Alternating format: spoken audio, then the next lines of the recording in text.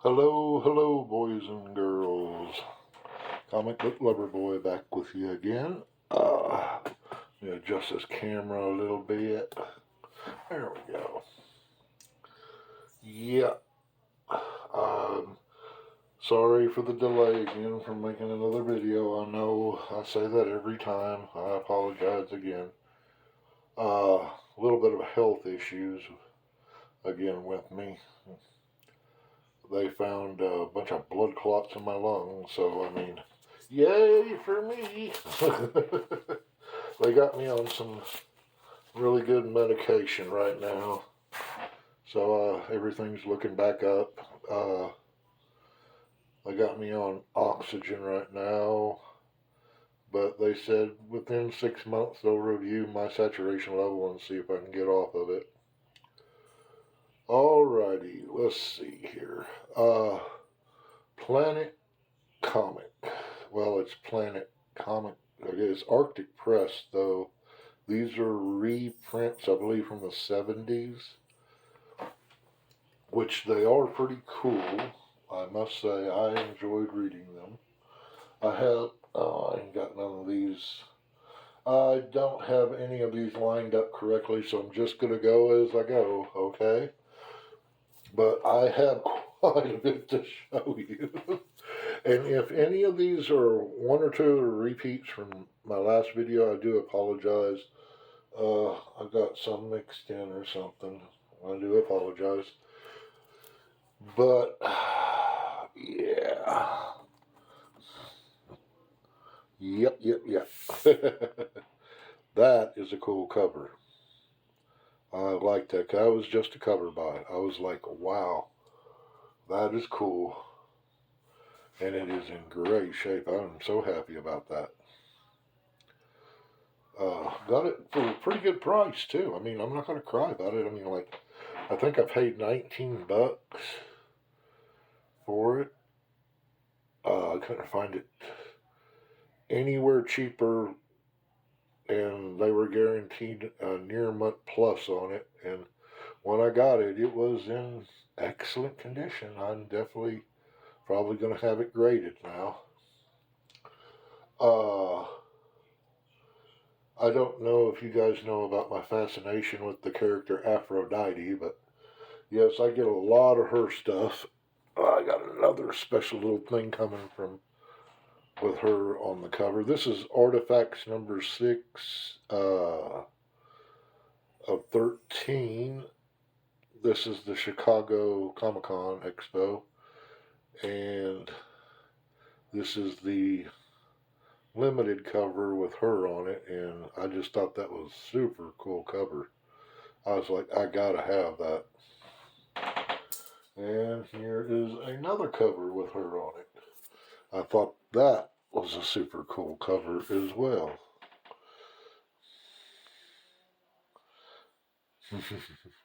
Cyberforce, Aphrodite Cyberforce crossover. And number 5. Oh, sorry if I forgot to tell you that. Okay. But yeah, that's the number 1 Aphrodite Cyberforce. Special double sized. Cool cover. This, everybody probably knows this. My ice cream man. I've been collecting these since they've been out. The only one I do not have, well, A and B covers. I haven't collected all the, oh my goodness. It seems like around issue 20 they started making so many multiples of every cover. But, yeah, I haven't collected all the multiples. I just try to stick with my A and my B cover, like right here. And I love my ice cream man. Always hits on the reviews as a really good read, and I can't argue with it. It is a really good read. And another ice cream man. This is number 35. Sorry, number 35. Very cool cover art. This is number 36. Well, that worked out for me. And number 36. And that worked out for me too. So yeah, really cool comic book. I'll take these down, put these to the side for right now. And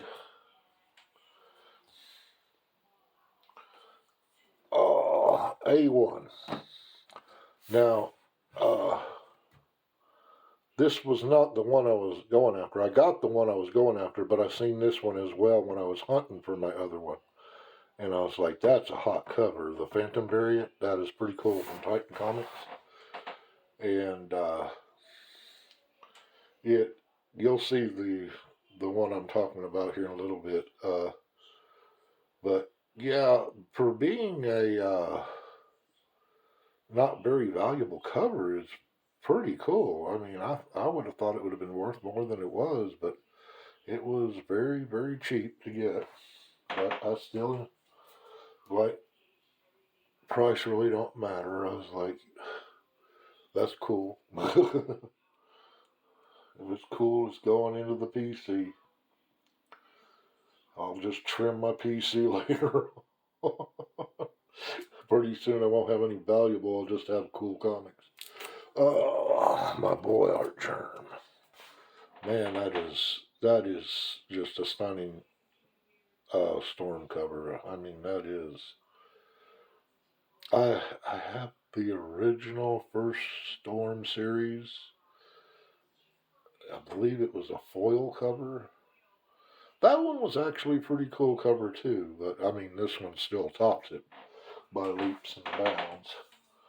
I'm not for sure about these. These comics were such a disappointment to me.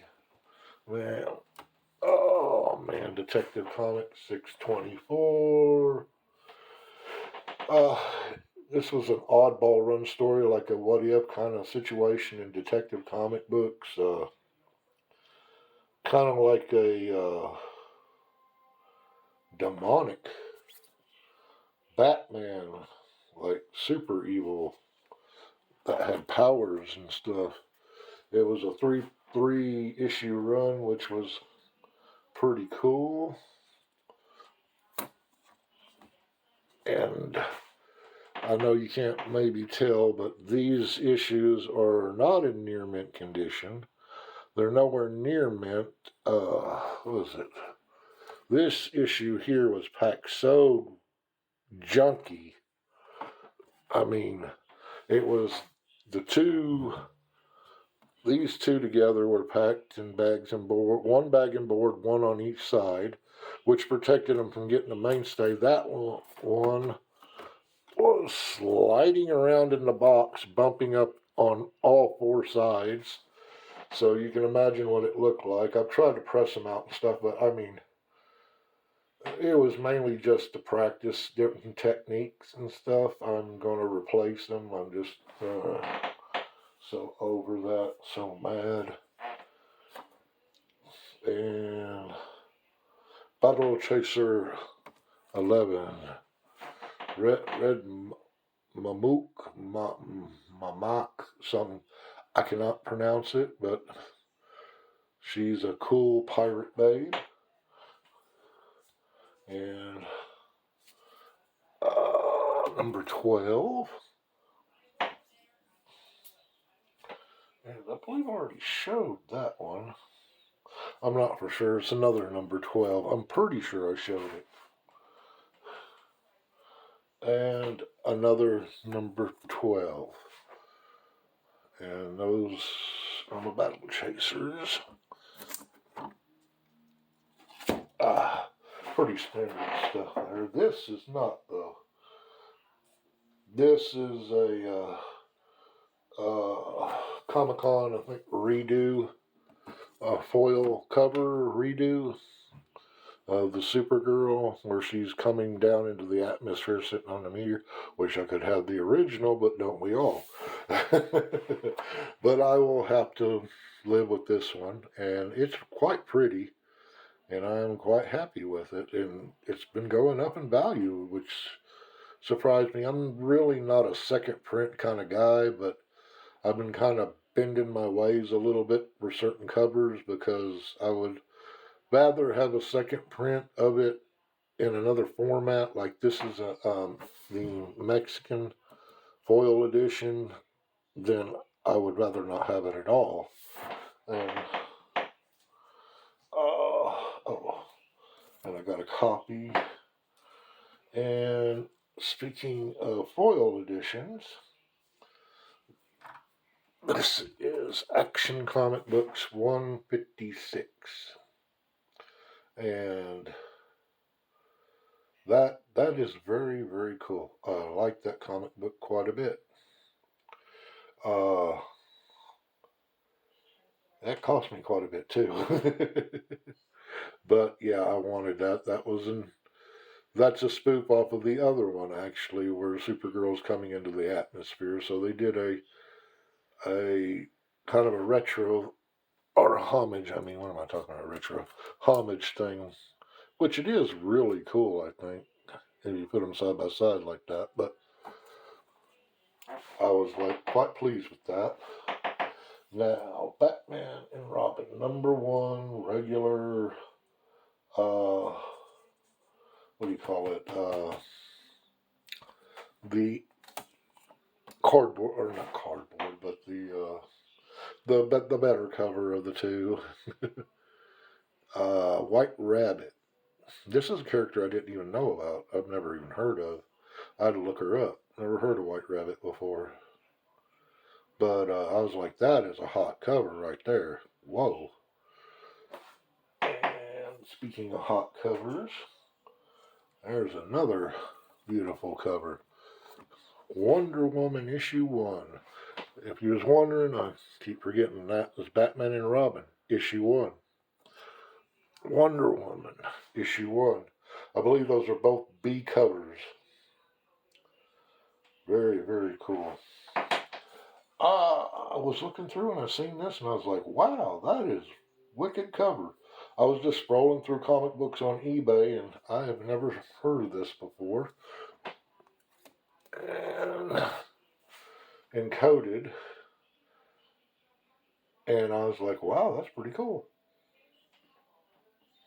That's a hot cover. And I don't know why, but I liked this cover. I seen it and I was like, wow, I gotta have that.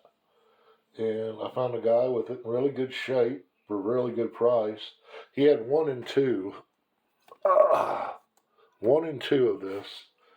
And then he contacted me and said, I cannot find #2 for the life of me. He goes, is it alright if I just stick you in a mystery one? And I said, yeah, if you got something to do with Hawkeye, just throw something like that in there. And he's like, we can do.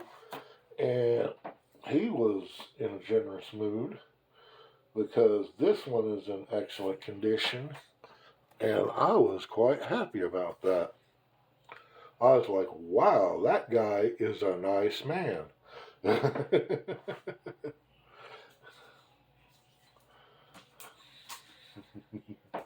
I was quite happy with that. All right. Ooh, a lot of good stuff down here. Lots of good stuff. I don't know if I've showed anybody this.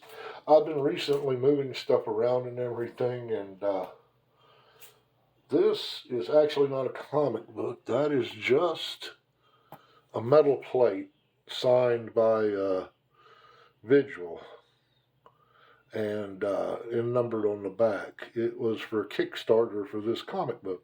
Now, I actually have the metal comic book of this as well, and there was only 12 of them made for the Kickstarter that were metal, and I had that graded. I believe I showed that on my last video.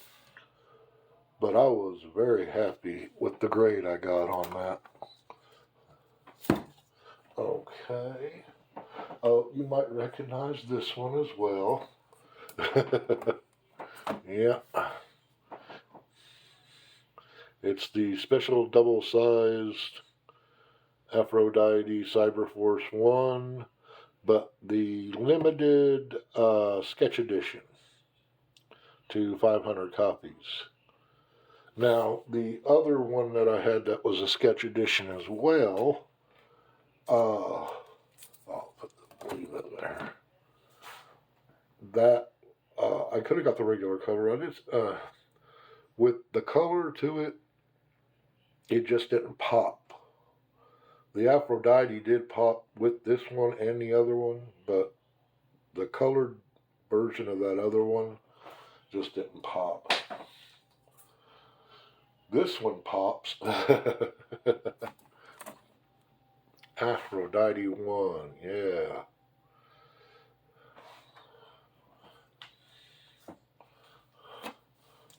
Another Aphrodite 1. I believe I've already showed these. Yes, I'm thinking I did. I think I did. Yes, I did. I'm going to put that there. I believe, yes, I did. Yeah, I sure did. Okay. Now, I'm not sure about this one. So I'm going to go ahead and show it again just to be on the safe side. This is the first cover appearance, I believe, of Echo. It's not her first appearance, it's her first cover appearance. And, yeah, I already showed that. I don't know if I did. Well, there is another of those Planet comic books by Arctic Press number 4. The other was number 5. Go ahead and show this one too. This is Credible Hulk Annual 1. Ah, man, I forget who it's. I'm not gonna lie, I forget.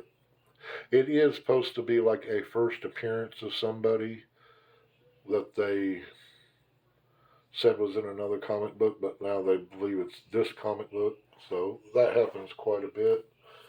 And I'll put this one up there too. Convention. Exclusive, limited to 500. I can't find that one in the price guide. Both my price guides, I have no clue. Okay. Well, we'll start out with a David Mack here. That is a beautiful cover. Sirens of the City. The David Mack, I think this is the 1 in 50. Oh, that is a beautiful cover. I like David Mack. I've always liked his art. When my mother was alive, she liked his art.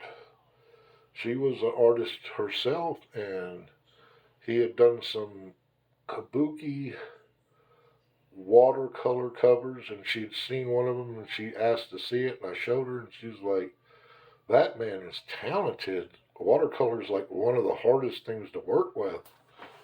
Which I have no idea about that, but evidently it is. Power Girl, number 27. Tell me that's not a beautiful cover right there. And I finally got my hands on it in great shape. And I am so happy. I have been hunting this for so long where I could afford it in the shape I wanted it. And yes, I'm a happy man.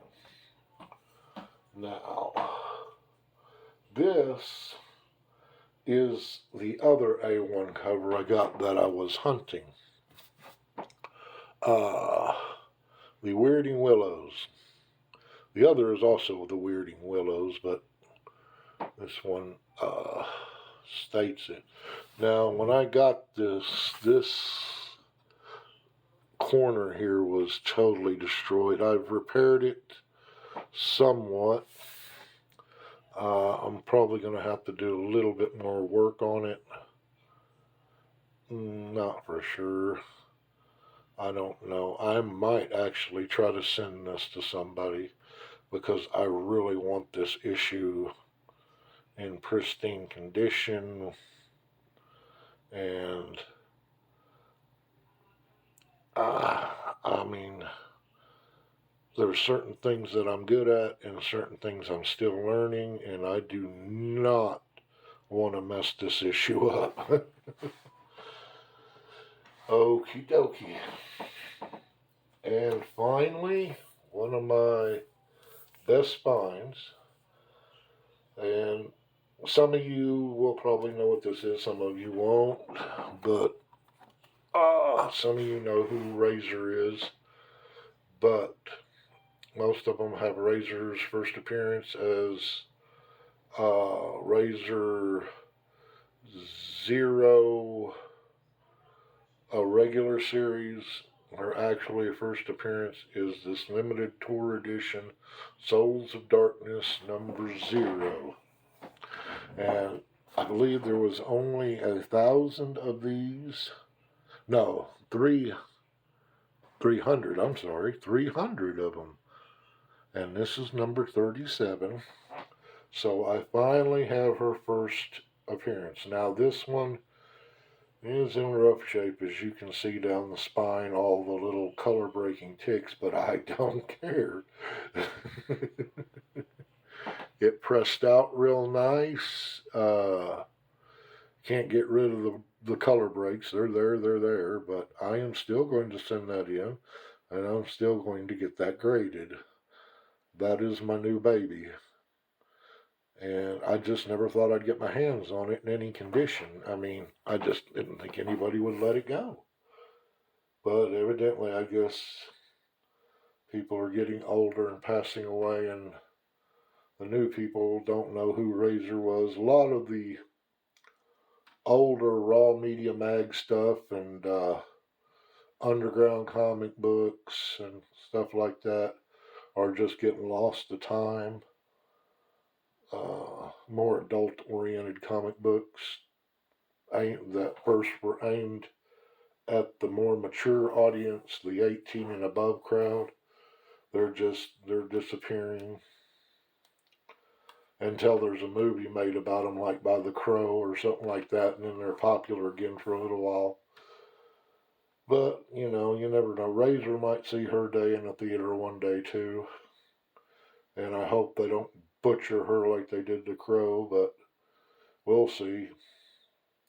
Well, boys and girls, I'm going to bid you adieu, and I want to thank each and every one of you for watching my video tonight.